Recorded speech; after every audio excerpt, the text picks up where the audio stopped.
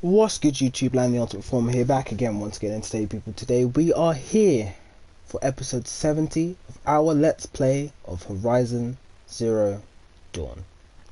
In the last episode, we finished our tasks in the cut with the Banuk, and we traversed back and came to Meridian to speak to King Avad about the oncoming doom that would be pressuring the Elite and going after the spire that sits on the mesa opposite to Meridian. With that, King Avad asks Blameless, is it Blameless? I forgot his name now. But he asked his chief counselor to go and help with the preparations, sending the Osram freebooters, or the Royal Guard, to the mesa opposite to protect it, while some odd people, as Blameless said, have come to aid us in our battle against the Eclipse. So in this episode, we're going to go and check on each of the stations that have been placed there before the final battle begins, as well as discuss some of the predictions me and my friends have had just finished having for the Forbidden West presentation that will be happening tomorrow, or the day after this video comes up. And then in the next episode, provided we haven't finished the game by then, we will have then a discussion of what we did see, and then I'll feedback in that video as well. If you like what you see here today, please make sure you hit that like button, subscribe if you haven't already, ring the bell to get notified of more content coming your way, and share with your family and your friends. Don't forget that one. And let's start off with the recollection of our long, arduous tale to our guardian, Frost. I've been waiting to do this for a while now, but at this point in the game, pretty much at this point in the game, you can come and speak to the grave of the old man, and he can, you can kind of have a recap of everything that you've done up until now. And with 70 episodes, I think this is a poignant point to come and have this conversation. Hi, Rost. I'm back. It's been a while. I've got what I need to destroy Hades. The Master Override. Now all I have to do is drive it into Hades' skull, so no problem there. The final battle will be fought at Meridian. Hades will come for the spy. I found out how Elizabeth died. She sacrificed herself, as you might expect. Said something about...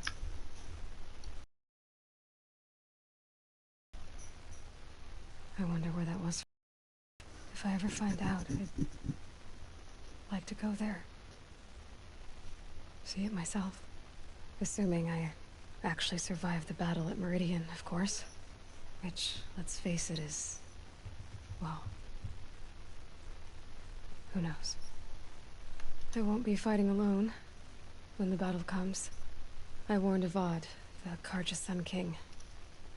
I wonder what you'd make of him. Anyway, he pledged support. And Erend, he's gonna defend the Spire with a detachment of Vanguard. That's not all. A group of Nora made the journey. Seekers. All the way to Meridian. Varl, Sona, Teb, others. A whole little war party. Imagine. The Nora fighting for something beyond the sacred land. For a purpose greater than themselves. Well, I'll,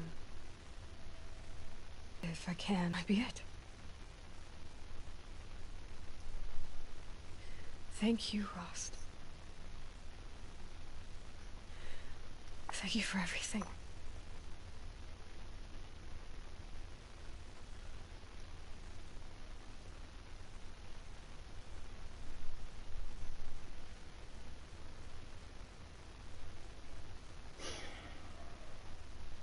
We've come a long way since the very first episode. Aloy has changed a lot. She's developed skills and abilities that I don't think even she thought she could She's met a lot of people along the way, and many of those individuals has helped her grow and developed. But none other than her guardian should be the last person to be aware of how far she's come. I wonder if don't remember where Greta is, so it doesn't really matter. So I'm gonna fast travel quickly back to because that would be a long way for us to walk. But we're gonna fast travel back to Meridian. I still haven't got that one. Wow. It's just outside Meridian. Like, we can talk about the first few things on my list of discussion topics about the Forbidden West. So as I said before, there's going to be a presentation. There's going to be 2 presentations technically tomorrow, and we found out that we're going to get about 14 minutes of gameplay to show off many of the things within the game. Hopefully, justifiably setting our expectations of what the game will be. One of the first things that me and my friends discussed, that being Chief Kieran, who you've seen on this channel before, and my red-haired friend Emma, was the introduction of the underwater exploration and perhaps even combat, which we will see if there is any from tomorrow's presentation. After having numerous back and forth about how the game design in particular will change, considering Kieran himself is a game design student, a graduated game design student, we were very thrilled with the idea that despite the fact that there may not be underwater combat in particular, but there will be many tools at our disposal. Rain's easing. Clouds will part soon. Many tools at our disposal that give us new ways of getting around and even exploring environments that we're not usually privy to in this game. And then Emma came up with the wonderful concept of an underwater cauldron, which excited me to no end. This game does deal a lot with verticality, and I very much appreciate it personally myself, but the idea of having underwater biomes that can be explored freely, hopefully freely, that is, excites me even more, because that adds further verticality, and perhaps even gives us opportunities to plan our routes and even combat situations differently now with the inclusion of deep water and the introduction of things like underwater caves and such that would be like secret areas that players can go to in order to get rare, perhaps even rare materials. Of course, the question of combat came up, and we kind of settled on the idea that even if there isn't underwater combat, there will be ways for us to stealth our way past machines, aquatic machines. But I'll talk about machines in a moment, because that's the segue here for the next topic. We have 2 visitors. So let's talk to Aratak. I didn't expect you to come all this way. It's true, I am a stranger in this green and snowless land. Aurea forgave the Karja, but I never did. Still, I was compelled to come for my once chieftain. It's good to see you leading again. This young ice hunter seeks to prove herself also. Her spark reminds me of Aurea's in our youth. And I'm proud to take my place behind you on this hunt. A great challenge. Survive and prevail, right? There is no other way. Aratak has definitely mellowed in the time since we were there, which was only fairly recently, but I do appreciate his coming to us. And this is You're the hunter from the Banuk Grove. I remember you also, Nora. The machines shook free of their slumber after you arrived. Raged and fought. Well, that wasn't my fault. No, I'm thanking you. That night I decided I would not go back to Banur. I would take my hunt into these lands. So many machines, even demons. Spidery, skittering, without the blue light in them. Dead things that must be killed again. Our enemies dug up an army of them. An army. Yes, that's why I came. Good. I'll wait. If you guys don't remember her, she was from the Banuka encampment near the cut, in just outside the Sacred Land, and she was inadvertently embroiled in our escapades there, which saw pretty much the encampment attacked. But to talk about machines for a moment, we got 4 new machines since the first trailer and the announcement of the game, and those were the Shell Snapper, which is a giant turtle machine, the Bristleback, which is shaped like boars, the Tremor Tusks, which are likely Hephaestus created machines that look like giant mammoths or giant elephants, and then the Sunwings, aerial machines that use the sunlight to power themselves. And we actually came up with a few ideas for machines. Let's have Talana break up the conversation here. Talana, why are you here? I'm your hawk. Where else would I be? Defending Meridian with Avad? I leave that to the rest of the lodge. I will not stand aside while one of mine fights alone. Not again. Are you sure you... You're risking your life for all of us. You can't ask me to stand by and watch. Not when I have the power to change it. Then I won't ask you. It's settled. I will fight by your side. My only request... Name it. Leave the biggest machine for me. No promises. I love their relationship. I can't wait to read the comics and see how far they get. Like, Emma will probably attest to this, but she honestly feels like there's some degree of attraction between these two. And you know what? I dig it. I like Talana as a person, and I like her character arc, and I want to see more of her, and I really hope she travels to the Forbidden West with Aloy and shows up at some point. But on continuing our conversation about machines, because we're moving to San Francisco for the Forbidden West, I'm more than intrigued about the idea of having larger aquatic machines. What's down here again? Larger aquatic machines that could work as part of Poseidon to purify the oceans, which is one of the groups of machines that the Snapmore is part of. And at the moment, the only aquatic machine we have are Snapmores. So the concept and idea of having at least a few even large scale, maybe even shaped like whales, as aquatic machines to see off the coast of San Francisco or the Forbidden West would be a tantalizing idea. And as well, the machine designs for newer machines, especially aquatic ones, with animal morphology being their basis, kind of it excites me. Not as much as the underwater cauldron, but it excites me nonetheless. There's a few groups, if I recall, that are up here. So let's start up high and come down. You see that this area is built like an arena, and this will be definitely the site of our final confrontation with Hades. It's not going to be an easy one, I promise you that. So who are these guys? They call themselves the Eclipse. What does that even mean? It's when the moon gets in front of the sun, idiot. Is that supposed to sound scary or something?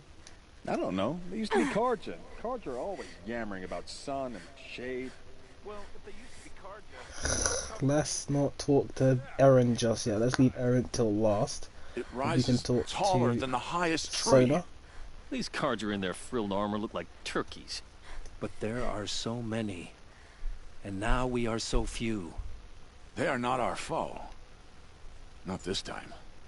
Quiet now. She comes. The Anointed. Thank you, War Zona. Chief Sona. War Chief, you seem uncomfortable.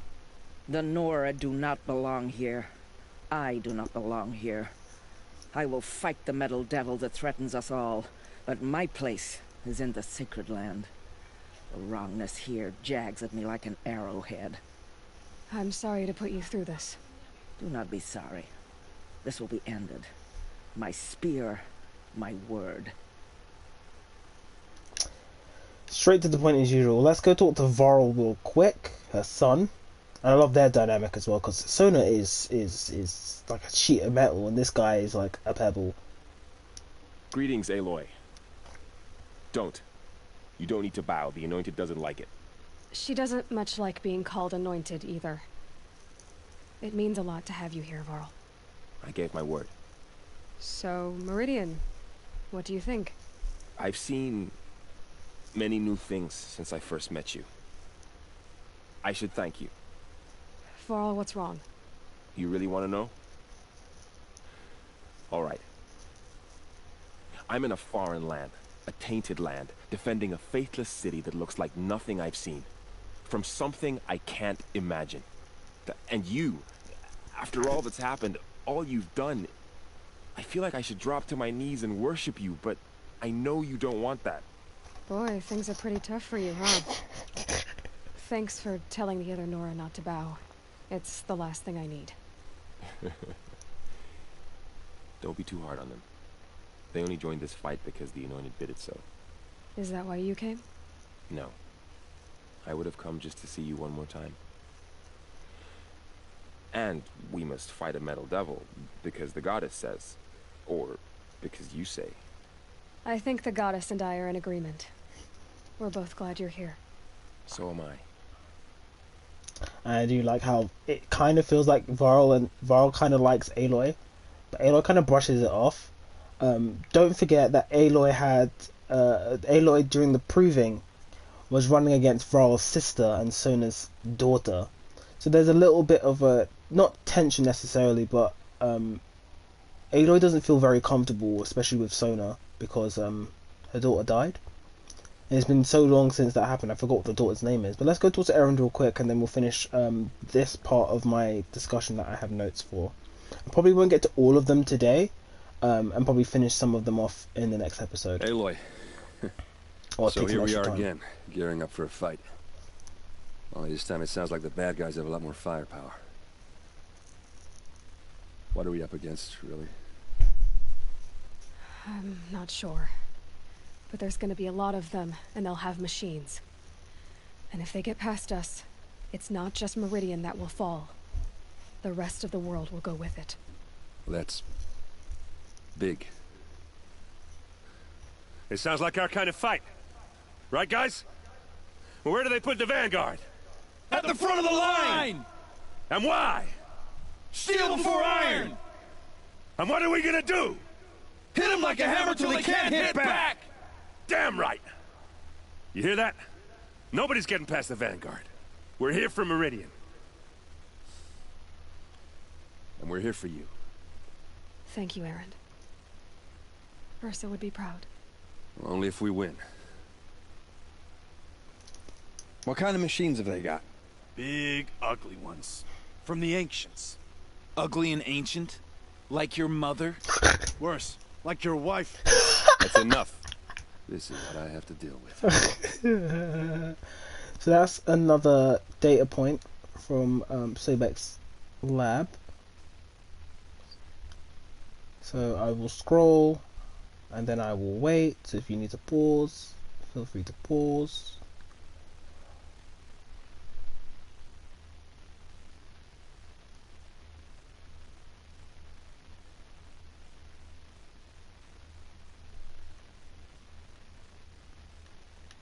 That's just Sobek pondering the stuff that has happened up until, I think that was before Enduring Victory was kind of said out loud to everyone. Got to remember my way back out of this place because I always forget. But we can continue our conversation. Strange enough, Kieran and Emma came up with a few ideas for machines that I feel like, well, morphologies that machines can be based on that would kind of give, kind of broaden the expectations of what could be designed by Gaia and Hephaestus. One of them being dolphins, orcas, and whales, which I mentioned before, which would probably kind of bridge the gap between acquisition and even like scrappers and glint hawks, That makes sense. So like machines that get downed in the water or stop functioning can be recouped. So like lots of fish, or like fish like machines that would be able to serve those roles. I don't particularly understand in the lore if there's anything that kind of indicates how purifiers work. We do know that chilled water is involved, but that's pretty much it. While we run to our next point, the next thing we were talking about was this was connected to one of Emma's thoughts about how machines may change up how our arsenal works. But before we got to that point, I turned the discussion to how the focus works. So the focus has been a really good tool for decoding the past and the present as it stands, as well as allowing us to deal with machines and know their weak points, as well as track people. Did I go the wrong way? No, I didn't. Okay, didn't go the wrong way. Allow us to track machines and people. However, me and Emma, have no need to loiter around here. Having played the game, we kind of feel like the focus could potentially do more things. And we threw out the idea of having like a motion sensor, kind of like in first-person shooters, where you have a way of detecting machines if they're not directly in your line of sight. So that's one thing. And how have you just polished that armor, Uthid? Now that Prince Edaman has returned to Meridian, isn't that a little well and truly over? What? Oh, there's a few people. Out with it, woman. Forget I said anything. You look very dignified. Thank you. And shiny. Very shiny. There's a few people we can talk to out here, because quite a few people have come out this way. Who do we want to talk to first? Ah, yes. Isn't that him? From the Battle of the Dawn? Can't be. Cinnabar Sands was before that, and there were no survivors. Well, I don't like to boast. Oh, sun, keep the shadow from falling upon me. I like that interaction. So, if you decided to kill Nil, he won't show up for this quest. But we chose not to, so here he is, in all his glory and psychopathic splendor. Nil? Aloy. They told me your name. I said hair like a splash of blood, tenacious as a scrapper's jaws. I've thought about what you said. Every time, the wound you gave me caught on my ribs. But I didn't wound you. Not by metal. Still, I forgive. A duel is such a fleeting joy. If one of us had ended the other, we'd have missed all this. The wait before blood is shed. Like the scrape of a blade across your teeth. Nil, you're making it difficult to be glad to see you. But you're needed. The battle will be hard. Hard? I was assured the odds would be near impossible. And you signed up anyway? Impossible odds, fine company, killing without consequence. How could I resist? Oh, Nil. Oh. Killed anyone lately you'd like to talk about? Dude, I don't know what it is about that man. I just am so enthused with his entire existence in this game, and I love it. Let's not talk to Petra just yet. Who's over here? How many men do you think you'll kill in the battle, Uthid? As many as I have to. So this is Geneva. They called you back to duty. So, you're the one behind all this commotion.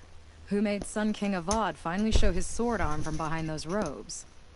A king can be fierce and fair, Geneva. He's a good man. A smart man, too. He had Murad offer all my prisoners a royal pardon if they'd fight for Meridian. The whole motley lot of them agreed.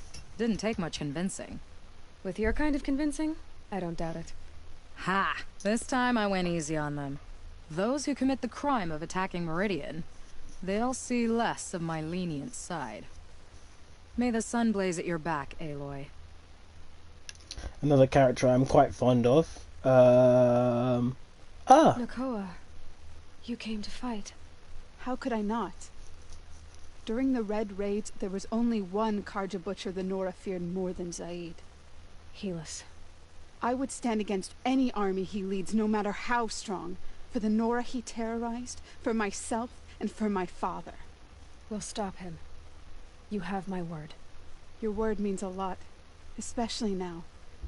Because of you, I hear the sacred land is opened. If we win, I can go home. It'll be good to see Jan again. I was about to say your I'm brother. with you, Aloy. What about your mum, To the though? end. What about your mum, though, Nakoa? She's a thing, you know. That's a nice spear, Uthid. Thank you. I like the way you grip it. Enough, woman. Vanasha, stop! Little Huntress, you called, so here I am. Ready to fight? Fight? I thought you just wanted tea and conversation. Is there a battle coming? I wasn't informed. Well, that can't be true. You're always informed. Ah, so I am. We've only met a few times, and yet you know me so well. I don't think I know you at all. But I'd like to. When I hear that line, it usually means something else. Can I tell you a secret? Of course. I've been waiting for this fight my whole life. The enemy we face today is the same that turned Meridian into a slave pit and Sunfall into a bloodbath. Fanatics who torture and murder mothers, fathers, families, children, and say it's the will of the sun. I hate them, Aloy. I've got the scars of their whips on my back to prove it. And today, we can get rid of them once and for all. I said I came for you, but that was only half the truth. I came for them. This time, they're not getting away. I'm with you, Vanasha. We'll fight them together. And I won't forget it, little Huntress. Tomorrow, may the sun rise in a better world. Yo, her drip is kind of peng. Look at her! But you can't fight in that, to be honest, but her drip is kind of peng. I like the belt. So let's talk to my man Uthid. Aloy? At ease, Uthid. Meridian will be glad to have you on its side. And I am too. The honor is mine. You saved my epitaph from being a fine soldier, but a fool of a man. I'm hoping you won't need any kind of epitaph just yet. As the sun wills. When you found me, I was trying to eke out a glorious death. But now, a glorious life seems more preferable. To watch Edelman play in the low gardens again. Still surrounded by a dozen guards, but... what you did, Aloy, it was done well. Although, I can't shake this road, Vanasha. She delights in goading me. Like brazen colors waved before a behemoth. Like she's not standing next to you. Ask her to stop? No. I accept it. Well then. Maybe they have a relationship. And shadows shall fall. I swear it. Here's to that, Uthid. Yeah, I think they got something going on again. Because these people, they're so weird. Who's up The here? woman now leads the Hunter's Lodge only because no men were left in her house to Alita, Ooh. I'm pleased to see you, but what are you doing here? I'm helping prepare for the battle. If a Thrall were here, we would have fought together. I know it. So I'm doing everything I can.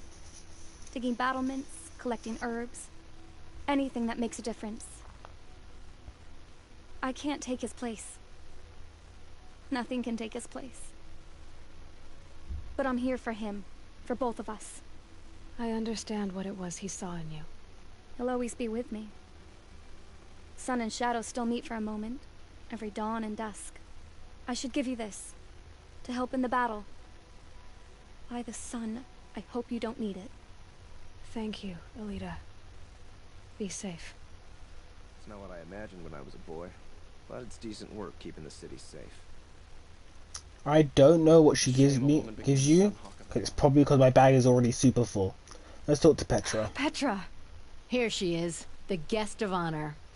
I knew there was something about you. Hammered from the stuff they make leaders out of. And I don't say that to every Nora girl who blows through my town. That happens to you a lot? Had to build a wall to fend them off. Good thing I'm persistent then. I've missed our little talks. Murad asked me to look over the city arsenal. These guns have aged well. That runs in the Ostrom, no? They were the pride of the Mainspring Forges, so I've taken greater pride in improving them. Can I try one? Everybody wants a turn. Have at it then. The target should put up a little less of a fight than those bandit raiders did. So if you guys don't remember, when we came to Free Heap, Petra was working on a gun. An Oseram cannon, using the gravity tech from a behemoth to load the ammunition. You see in the back, and you load it up. It hits nice and wide. No need to aim it like a bow. Range is good. Try the next. But you can blow yourself up. As you can see here, I'm doing a wonderful job at not dying. See? That'll knock a machine on its ass, ancient or no. With these, I think we could hold off an army. You know that I appreciate your help, Petra. This battle, I don't know what's gonna happen.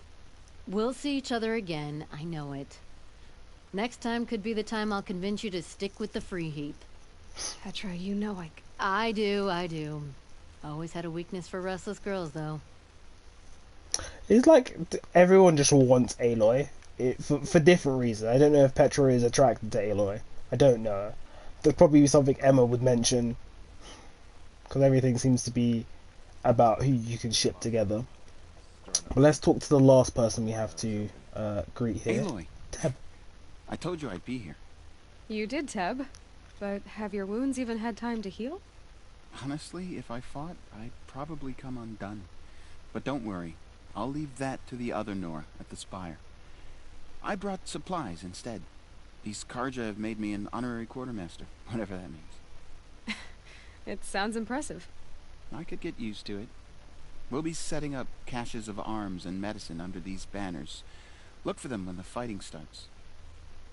Aloy, when you went into the mountain, did the goddess tell you our chances? She didn't need to. I know we can do this, Teb. Maybe we can. This place really couldn't be more different to the sacred land. Always stay bright, always stay alert. I think that's the last one. Yes, it is. So this is the last one. Dating back to Halloween. I think this one's from... Yeah, this one's from Sobek too. Just had to double check that. I don't know why I didn't look straight up. But again, I will scroll down, pause if you need to read it. Yeah, it's just more conversation about what's going on in Sobek's head as ZD is coming to fruition. This one's a bit less important in my opinion, but she is feeling the pressure with what's going on. She took a moment out on Halloween to kind of center herself and maybe have a little bit of enjoyment. But yeah, that's pretty much all the text data points. There's obviously a bunch of world ones that I missed out, and there's a few audio ones I missed out somehow.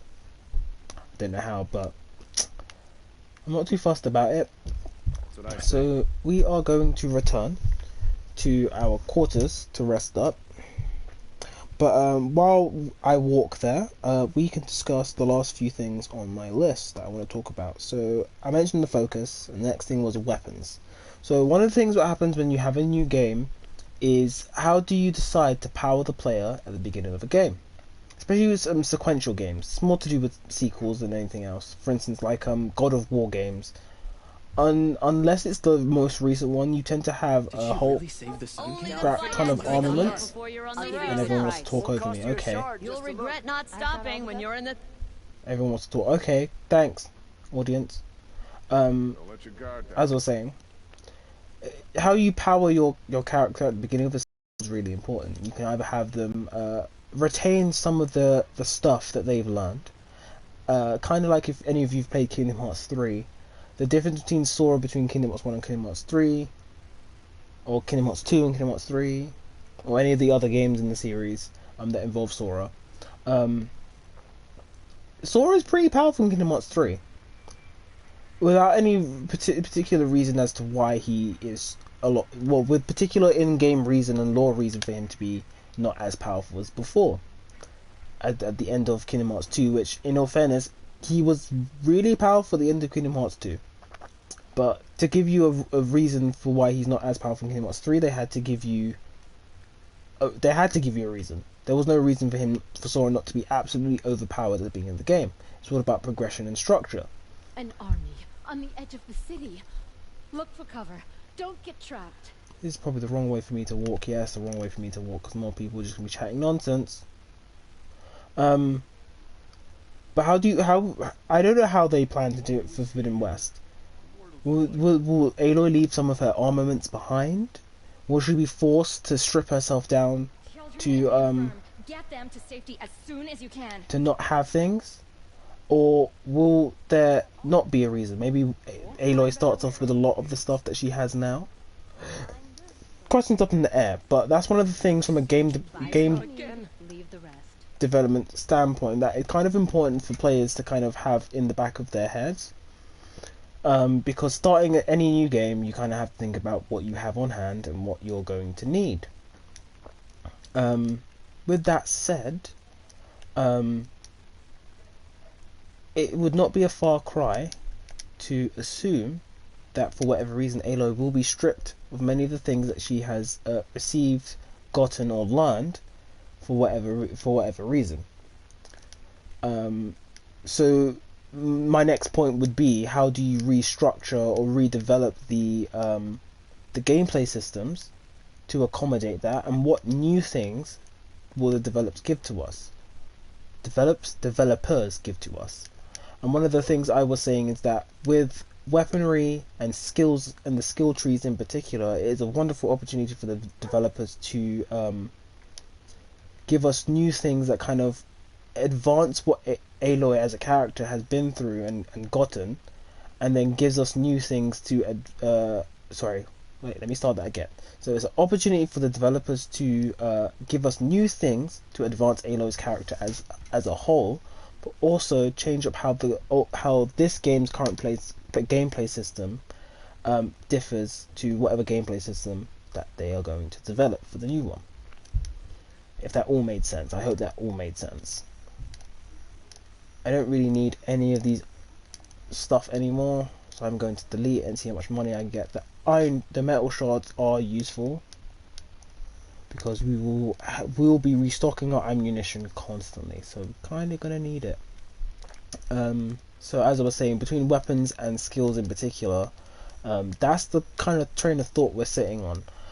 This did yield a few questions because up until the completion of this game with the DLC, we have 12 weapons or 12 tools that we can use, in addition to also having traps and mines and stuff that we can use in any given altercation. I would preferably want to see new weapons altogether. The introduction of be quiet. Okay, you guys aren't letting me talk. So as I was saying, like we have a pretty big arsenal here. It's about 12, 13 weapons, not including just weapon types. I would love to see new weapons. The introduction of the Ice Rail, the Storm Slinger, and the Forge Fire really mixed up how you then approach the machines of the cut, and then when you bring them back to the main game, it can change completely how you decide to do things. So if we get new weaponry, perhaps even things that are specifically made by the tribes of the Forbidden West, and the Plainlands in between, it could be a new way to open up different ways of approaching the different combat situations we will have. In addition to that, we also have the skill trees. Now, I mentioned the skill trees in the last video, and how and even with my friends, I mentioned how that it doesn't really allow you. It's not about diversifying each player, diversifying their character to specialize in a particular playstyle or approach.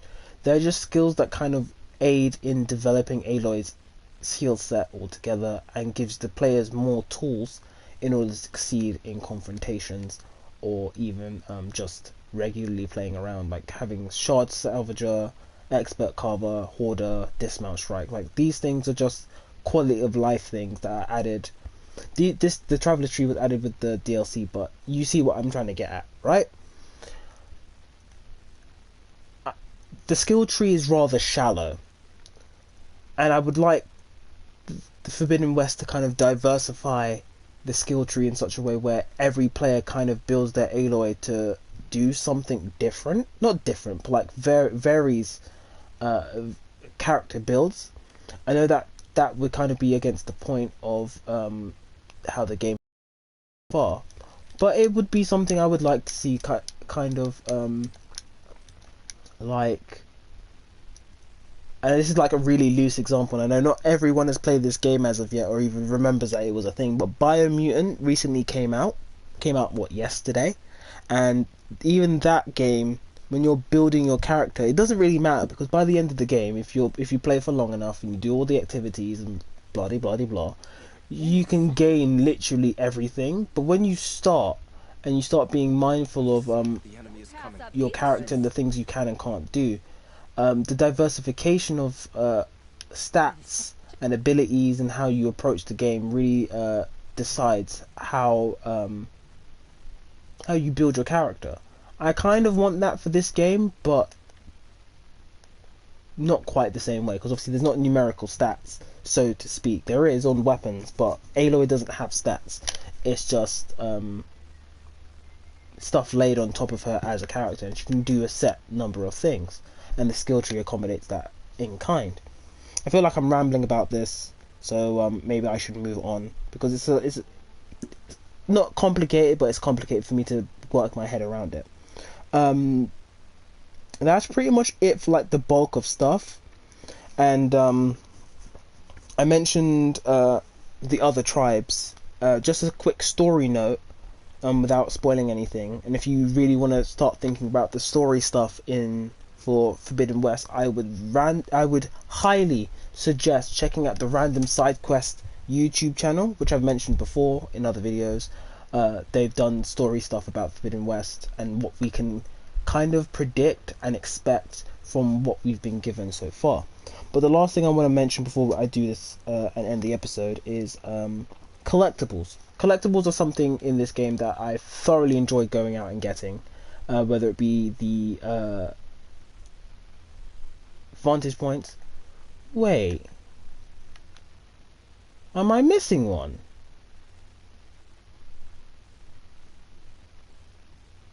I'm missing one.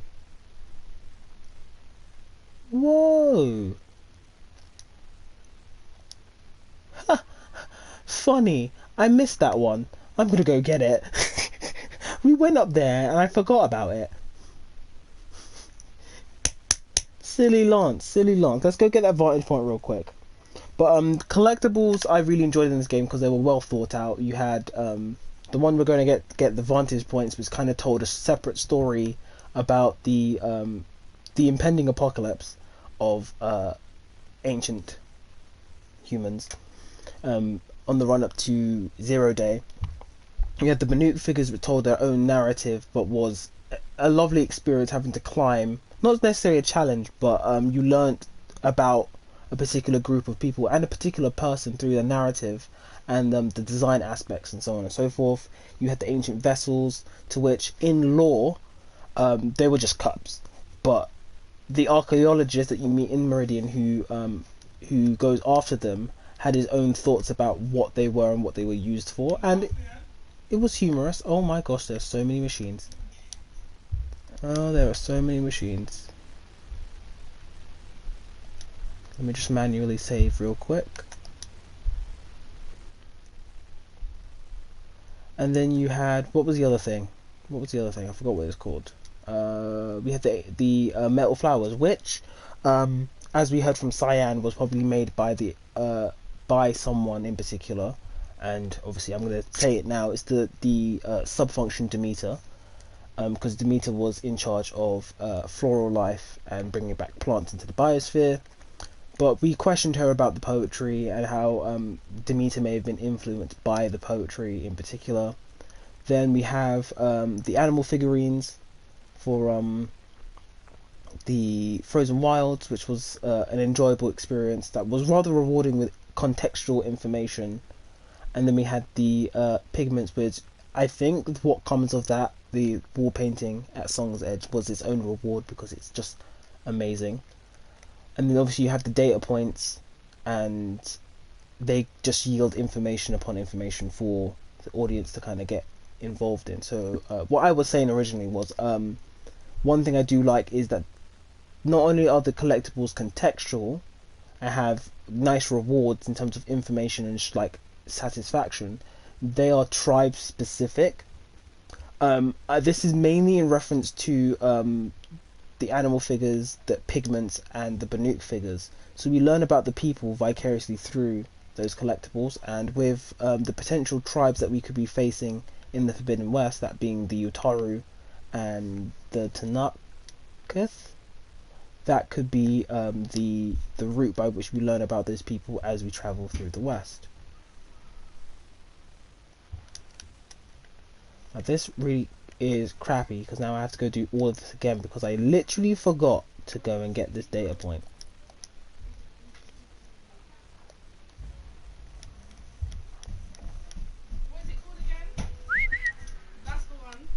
Come here. Come on. So let me quickly do this.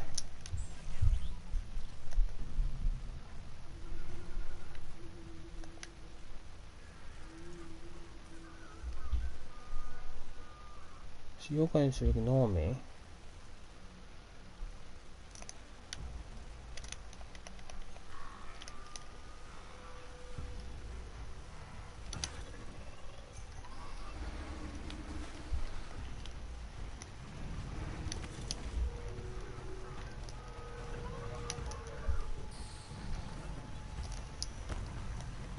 So we're going to do that. Calm, calm. You guys can ignore me, that's fine. You do your nonsense and faffry and foolishness. I'm going to just run.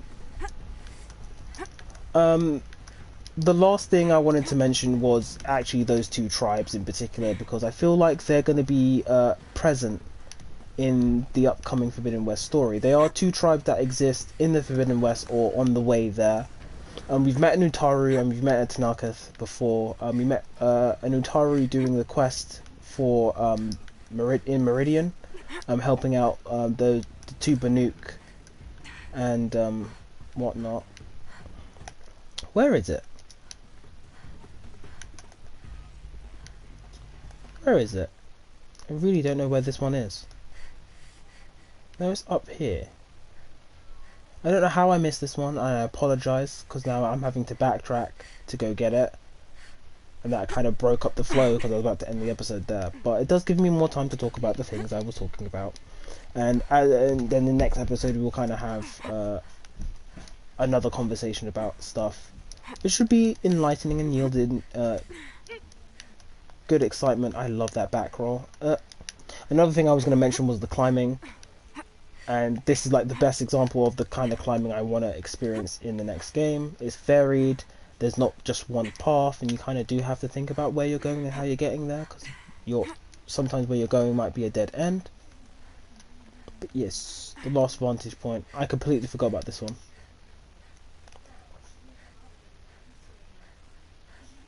Apaka's Shitstorm Tour, Day 10. So here's where I learned how the world would end. My second apocalypse in a year. Looks like there's a lot of construction going on now. Why would that be? Cool, so the light was really, because the time of day was changing.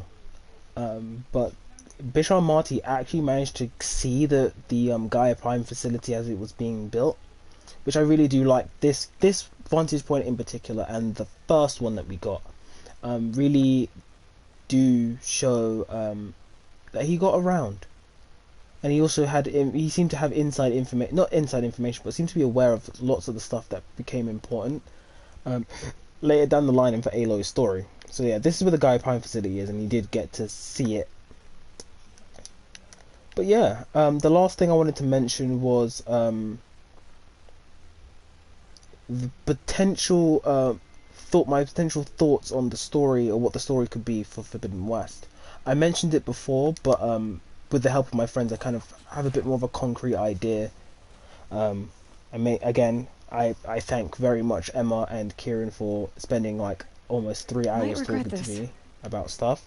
But in terms of what we could hope to face as part of the new game is our continued efforts against Hephaestus, and you'll see if Hades really is defeated, and perhaps other sub-functions that will come to light. Our conversation with Gaia did yield our understanding that there were more sub-functions, and their code shackles allowed them to be released out into the world, and some of them are causing problems like Hephaestus and Hades. Oh, that was close. But we also have Demeter, Poseidon, and Aether. Minerva probably won't be involved in anything, and Apollo is dead. And Artemis, maybe, but I am not inclined to think that Artemis will be involved in anything in particular. But yes, that just leaves Poseidon, Aether, and Demeter. From the trailer, it does look like Demeter may be involved, as it does seem like...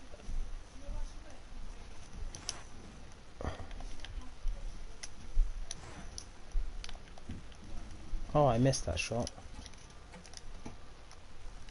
Oh, don't die. Don't die. Don't die.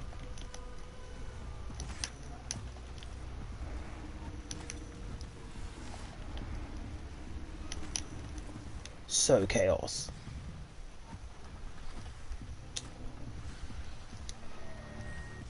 Let's go, let's go, let's go.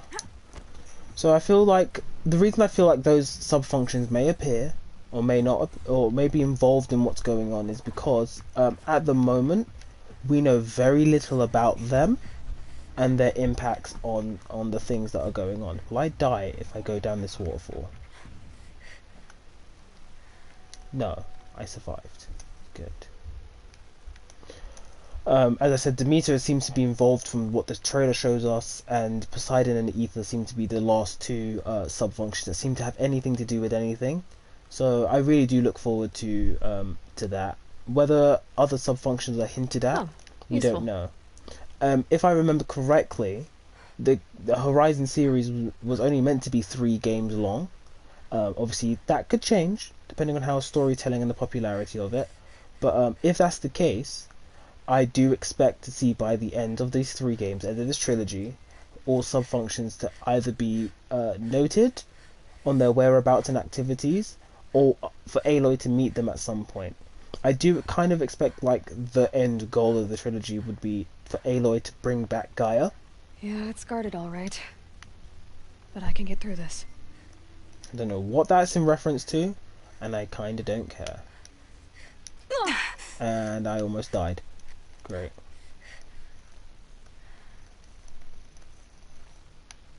Wasn't trying to use that. But yeah, that's pretty much it. There's not much else for me to say. And in the next episode we'll actually try and finish this story. It's probably going to be a pretty long episode. And yeah, so hopefully between then and now I'll read the comic books and get ready. It's all preparation for from here on out. The final battle shouldn't take us too long. It's pretty quick.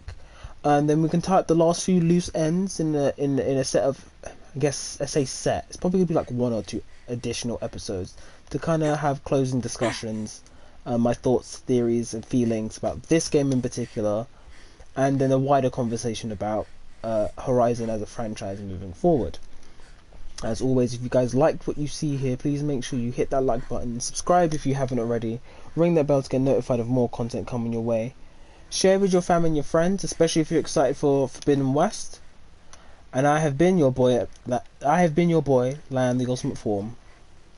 I'll do what I have to. And I will catch you guys later. I popped both his horns off. Wow.